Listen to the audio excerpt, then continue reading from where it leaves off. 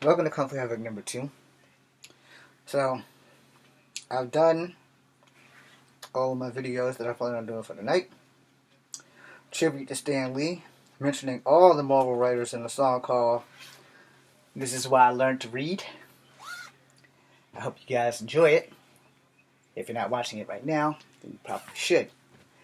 I don't have the ability to share everything that I put here on Instagram yet.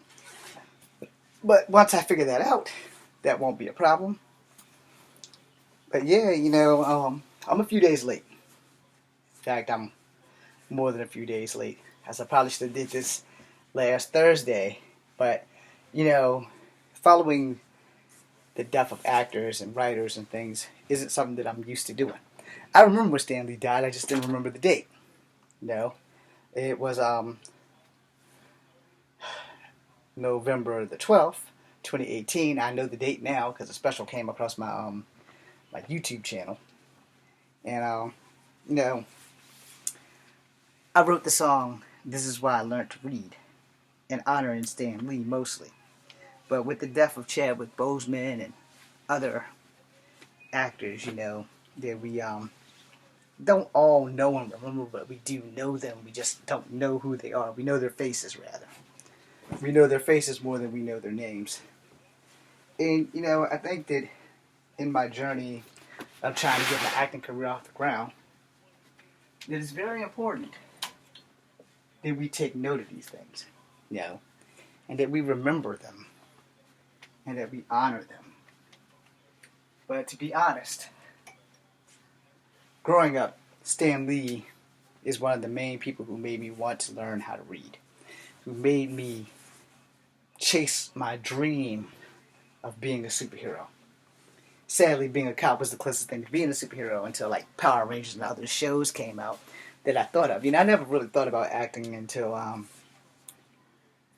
my dreams was destroyed by family members. So I'm not letting this dream die.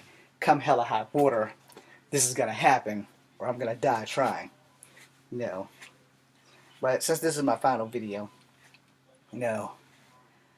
I wanted to tribute to Stan Lee because of the simple fact that I should have done it and I didn't. Now, before I got into Marvel Comics, the very first comic that I ever touched was a DC comic called Jonah Hex, in which I borrowed the name. It didn't come from Jonah and the Whale. It came from the cowboy with the scarred face. Now, that was also before I found out that I was part Native American and black, outside of just being part black and white, which is what I just thought I was.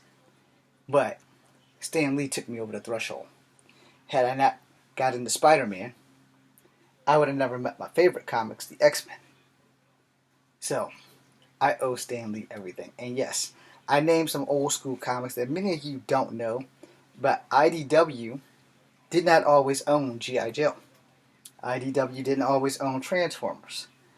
Now, some of the other things they have might be IDW originals, but I'm a Marvel fan first.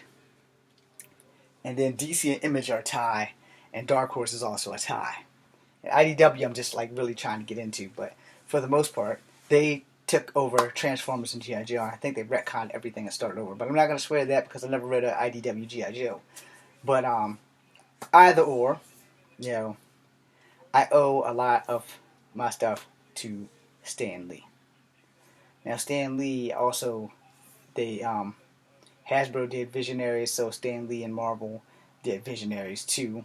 So, just so that you guys know, when the Spider-Man cartoon, the one from the 80s, I did watch the one from the 60s too, but I don't know if Stan Lee talked for that. But for the 80s, 86, 85, 85, 86, somewhere in there, Spider-Man and Spider-Man and his Amazing Friends, Stan Lee always introduced the cartoon. He also introduced the Hawk. And when they had the Marvel Power Hour with Hawk, Spider-Man and his Amazing Friends, RoboCop, and something else that I can't remember at this moment, Stan Lee generally did the talking.